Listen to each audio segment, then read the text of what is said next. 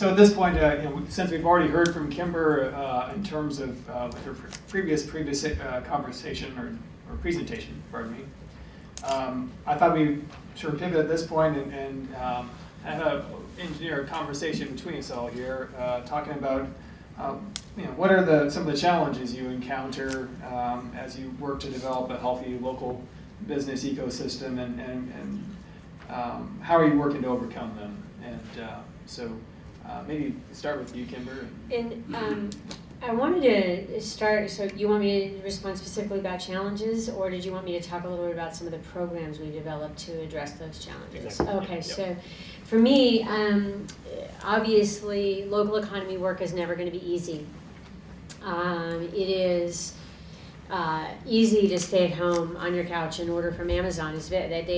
They've designed it to be very, very easy. And so what we're proposing is complex. And what we have to do is take complex concepts and make them attainable. We have to have exceptional customer service. We have to make sure that, as you are, our downtown provides an experience that is exceptional, that makes you want to come back. But there's also the nitty-gritty. We've done a lot of work around developing public opinion and getting people to make those decisions to choose locally owned businesses. So I just wanted to kind of hit on a few of them. One thing we did, and I heard somebody mention it here, is we asked people to just shift a small amount of their spending. So invariably when I talk, there's always the one person who comes up to me afterward and goes, they don't even make socks in America anymore, I'm not asking you to buy your socks locally. If I sat here and said, I'm so sorry, you're going to have to buy all of your clothes at this one boutique where they manufacture locally, and they're only open on Tuesdays from 2 to 4, maybe. Is that all right with you? There's no parking either. You have to park like 5 blocks away. Clearly nobody would do that. So what we are trying to do is remind people of all the spending that you do and find ways that you can shift it. So for you, it might be getting a local haircut. It might be getting a local oil change. It might be choosing a local theater. It might be choosing local shopping downtown. You do it all at once. It could be something big like moving your money to a community bank. Huge, hugely important.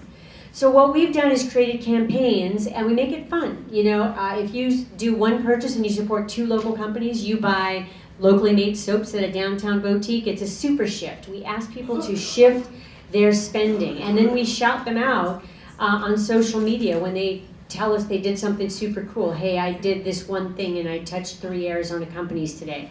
So you got to make it fun and you got to make it attainable. And then we also, that's on the public opinion side, and we have a ton of campaigns around that. You can become a localist, where you get special VIP treatment. I don't want to make it about discounts, but I do want to make it get to know the chef, get to know how to make that special bread, come to a class. As a localist, you get access to all of this fun stuff.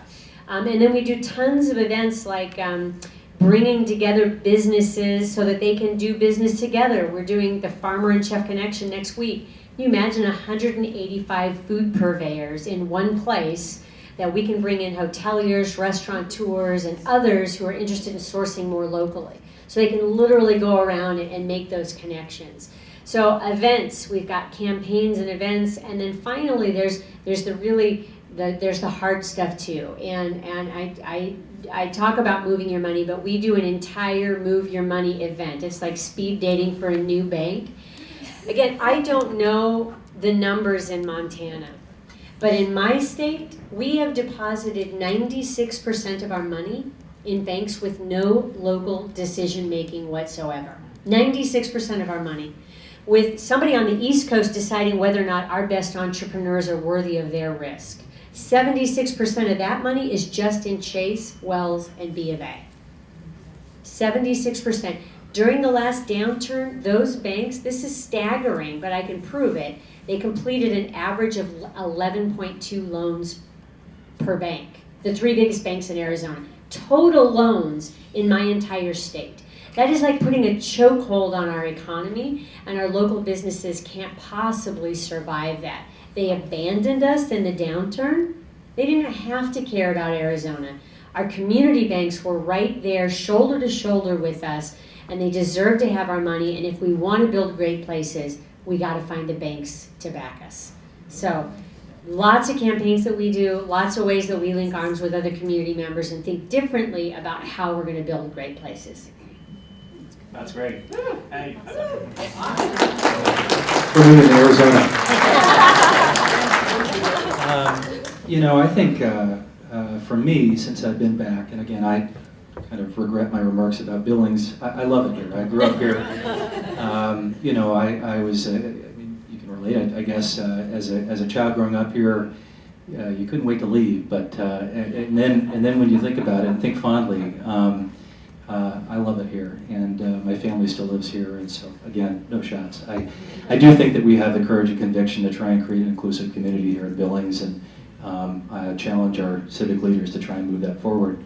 In the meantime, what I've focused on since I've been back in Montana is supporting scalable industries in the kind of areas where we've got talent coming out of our universities. Obviously, the tech entrepreneurship is a big sector that I think is important for Montana.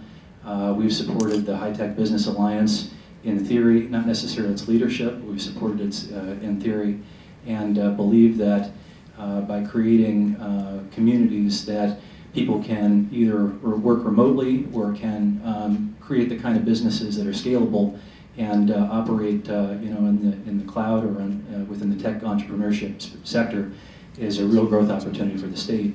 The other thing I try and focus on is do small business lending. That's really my focus, and so, yeah. It's not sexy. It's not as sexy as making big hotel loans, but I tell you, it's the heartbeat of our community is the small and medium-sized businesses, and so I rely a lot on the Small Business Administration to help support and provide the credit enhancement that those types of loans need.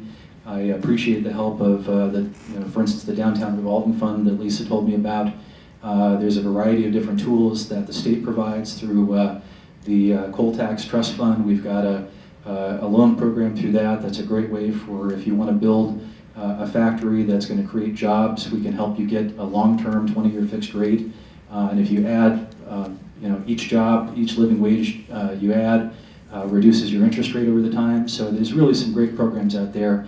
And I think it just relies on having a banker that's engaged and is wants to make good small business loans that help grow our communities. And that's where I'm focused on. And I know we've got a number of people just like me out there. So not all bankers are evil. No, certainly not. And I would add, James, since I've seen you last, which has been a long time, and it's so great to see you.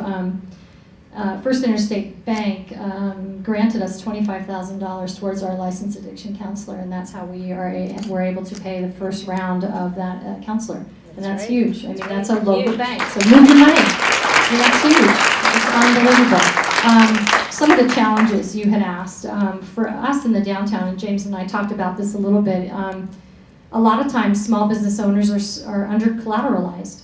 I mean, they have a great idea. They're responding to a need within the community with their business model, but they don't have a lot of collateral. They have a huge amount of character, and that you want in your downtown. All that character that Tammy and Scrap provides for us in downtown. And in the sprawl areas, larger development areas, they've got tons of collateral. They come in because they're these national big things, and they layer their financing, and they're very tricky, and they know how to do it. But they have no character, right? I mean, like Kimber said, you can go to any town and go to Chili's or all those things. So for us, it's really hard sometimes when someone has this brilliant business idea but doesn't come with a lot of capital to be able to get that loan or sign that lease or that kind of thing. And that's where we use TIF. And so that helps us, but it's not always enough, obviously. TIF can come in and help, but they need to bring their own capital with them at times. So sometimes we have those issues that are difficult. Other issues that we struggle with is aging buildings in downtown that need quite a bit of work. And so people are like, oh, you have all these empties in downtown. Well, gosh, the property owner a lot of times might be not interested in fixing their building or live out of town and it's in a trust or whatever it is. That can be a challenge. The built space can be a challenge, and that's where we use TIF again when we can.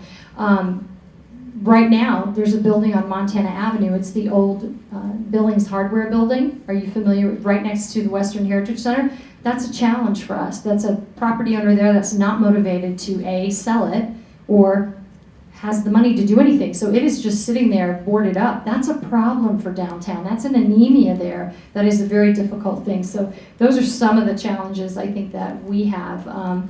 James had mentioned the revolving loan fund that we have, a consortium of banks, First Interstate Bank, Yellowstone Bank, US Bank, and others got together to offer this tool where they're all kind of playing in it so that the risk is not as high for any one bank, but that they're a consortium, they're working together. It's kind of a really unique and neat thing. And so that rate right now for downtown businesses is 2.25%. That's unheard of. And that is a great stimulus or a great incentive to get someone started in business. So that's one of the tools that we use or try to use as well. But yeah, we definitely have our challenges for sure. And then I just was thinking of one other thing that I think is very, very important. And some of the questions came in earlier and really underscored the need for inclusivity. And I think you've done a great job of identifying that as a priority, that if we're going to have successful communities, they need to be as inclusive as possible. So one of the programs that we created at Local First Arizona is called Fuerza Local. Our community is nearly 40% Latino. Our lower income Latino population lacks financial literacy and culturally has not been brought up in such a way that they think of a community bank or a credit union as a place where they belong. And so when you look out across my city, you see title loan places, payday lenders, and all sorts of predatory lenders that are abusing our underserved populations who've been marginalized from mainstream banking. So we created a business accelerator program. It's a 6-month program. They qualify to get into the program.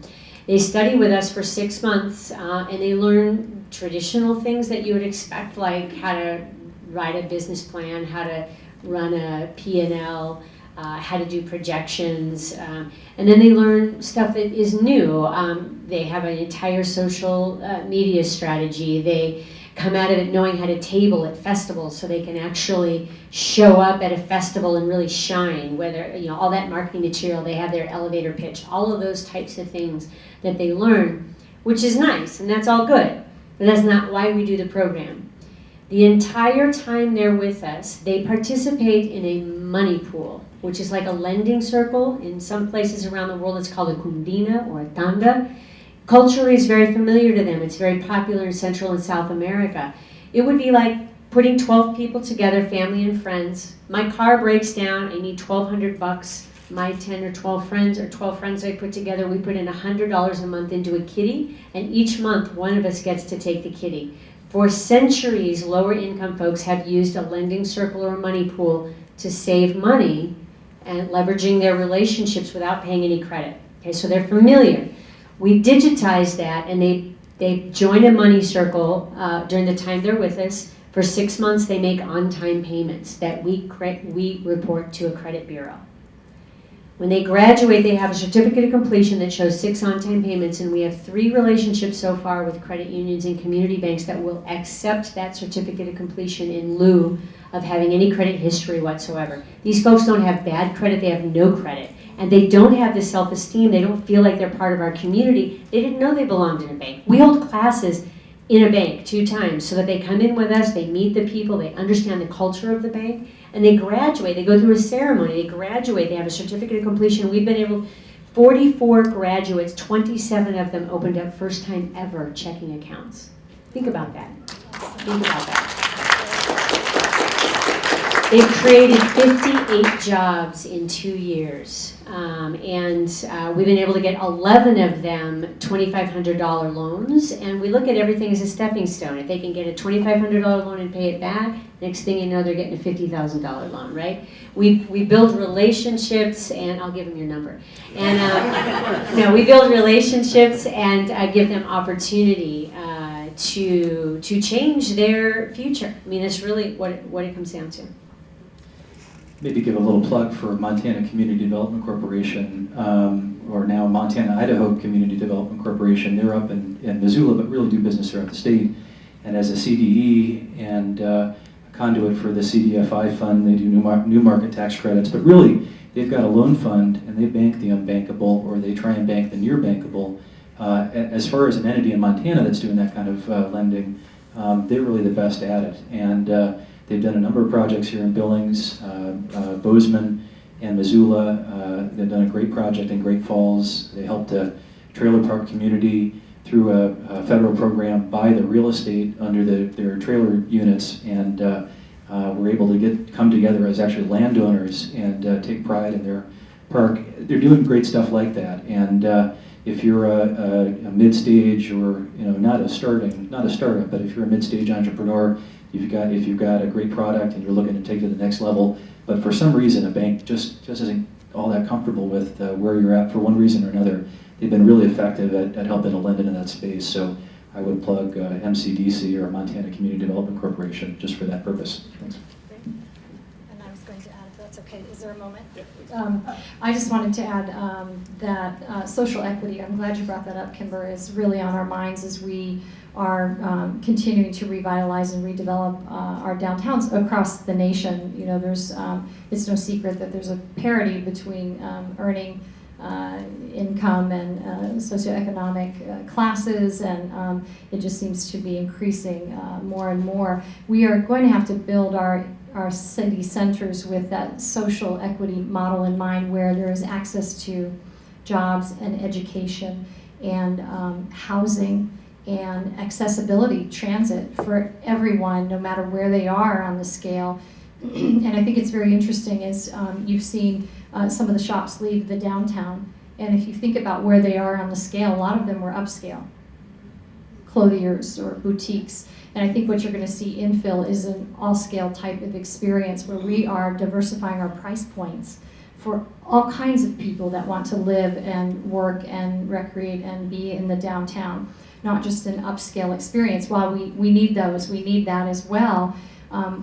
I think our development mind is growing up to think about that more and more. I just got back from a housing conference in Utah, and it talked about zones where the housing is such that if there's a developer that comes in to do housing in that zone, they have to make sure that maybe whatever the percentage was, 25% would be workforce housing, and not just loft living, penthouse kind of things. And so I think that we need to continue to build with that in mind. And so anyway, I just wanted to add that social equity piece to the conversation as well.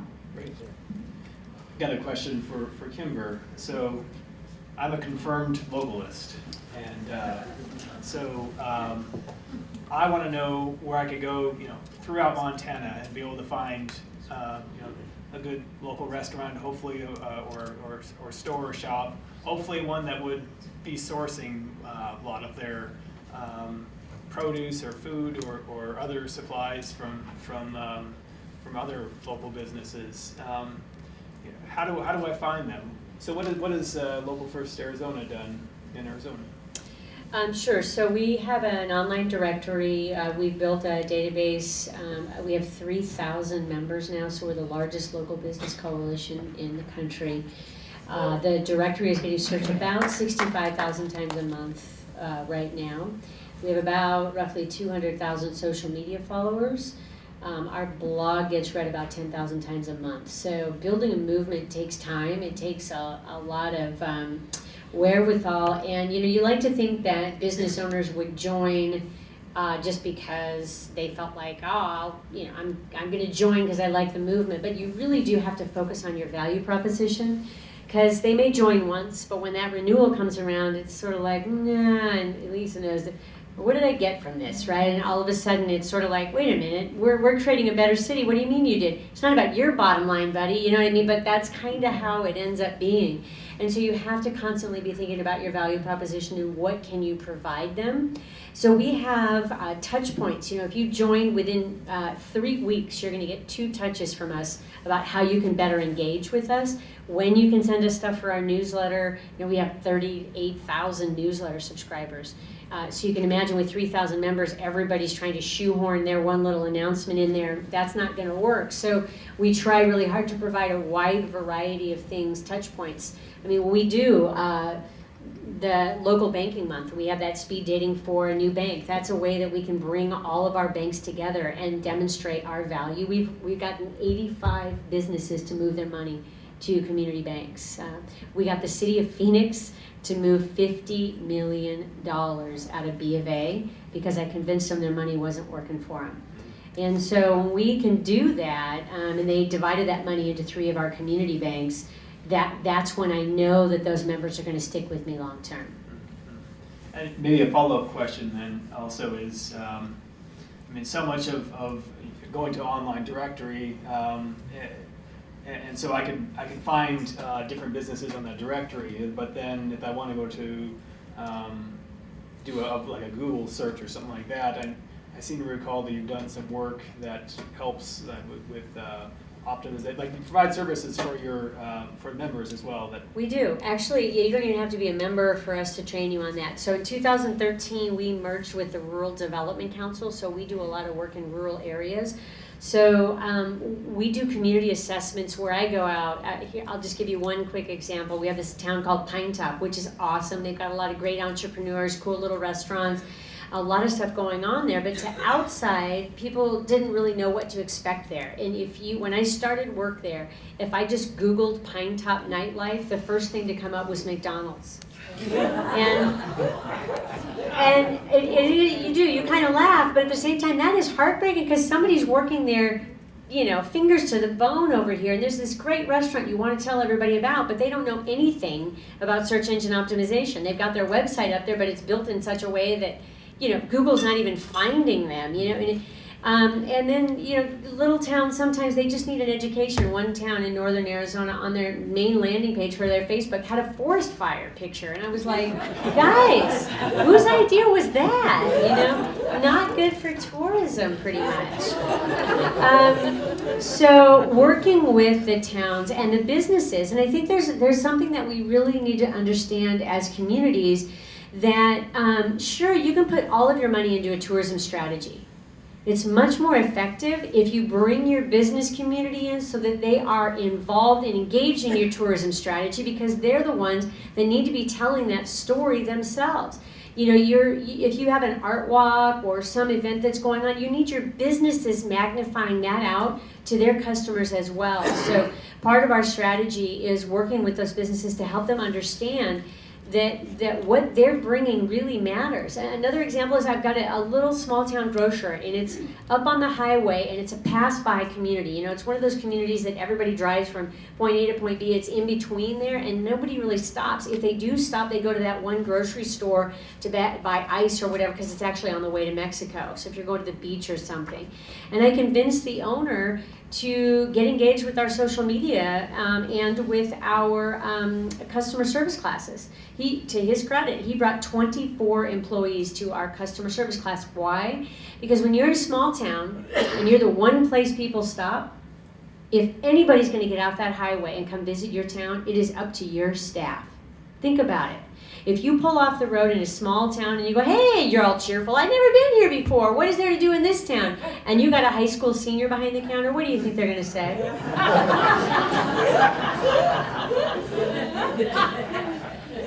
I can't even tell you how many ways there is to say nothing, So we worked with his entire team, and we partnered with the chamber to get them information, and now it's like, oh, you haven't been here before? Oh, there's a traditional dance happening at the square. We just got a new brew pub that just opened up right on the other side of the plaza. Did you know the plaza was a $9.2 million renovation? You should go look at it. Whatever it is to get more people interacting in that town, and it has made a world of difference. So sometimes, whether they're members or not, we like to work with the business community because they can make or break small towns. Yeah, I mean, I certainly, as the world is more connected, we find perhaps more of a disparity. Like, do you find with the small towns there are issues with not having the infrastructure for internet or? Oh, sure. Yeah, we have a lot of, as well as a lot of the residents who are in rural areas. I've had people show up to my social media class just to tell me they hate social media. It's great. Well, I don't care about your cats, or something like that. And I always say, yeah, not literally my cats, but his perception of Facebook is that it's just a bunch of people swapping pictures of cats. So it takes a lot sometimes to win people over, but you just got to persevere. And you got to win them over. I could tell you a lot of funny stories about those classes, but at the end of the day, you start to see. In Arizona, at least, I can't comment on other places, but in my state, it's the 3-year rule. If I go and teach a class, I can guarantee you that 3 years later, it's going to boomerang, and somebody's going to be like, oh, I understand what she was talking about. It's almost 3 years to the day, and it happens over and over and over again. And it's great because then I'm there, and I'm still there, and they're now excited about a buy local campaign or whatever it is. So you just got to be persistent and let them know that you're there to support. James, what do you know about in terms of the infrastructure for internet around the state? What's That's a big economic development effort that I think is about to be undertaken. We've got obviously a digital divide in our state, and certainly in the rural communities it's a really big issue. And when you think about the way that we're so reliant on technology, not only for social media and cat videos, but for telemedicine, you see these local surgery centers now relying on telemedicine to be able to find specialists to help diagnose and treat disease. We talk about the need for distance learning. Our university system has made that a priority, that we're going to help try and facilitate using broadband internet to connect to rural classrooms and be able to transmit and communicate educational information. And so I know that there is a lot of federal money and there is some state money, and there are people that are in the community that are going to be focused on trying to build out our broadband infrastructure. If you think about broadband, it's a little bit like a road or a bridge. It really is that critical these days to make sure that our communities are connected to broadband or high transmission internet lines, because if you're not connected, you'll continue to be further left behind. And so we're, as a bank, and myself personally, I'm working on a project in Missoula, but one I think that we're going to take to other communities, which is an open access broadband network. Bozeman's been fairly successful in that effort. And then the other thing is, talked about rural. One of the things that banks have to do as part of their commitment, the Community Reinvestment Act is a requirement for institutions of a certain size. They're required to invest in their communities, and if they don't, they can be put in the penalty box. And First Interstate is committed to being scored well on its CRA, and there's been a recent ruling that making equity investments in broadband in rural communities is a qualified CRA investment act.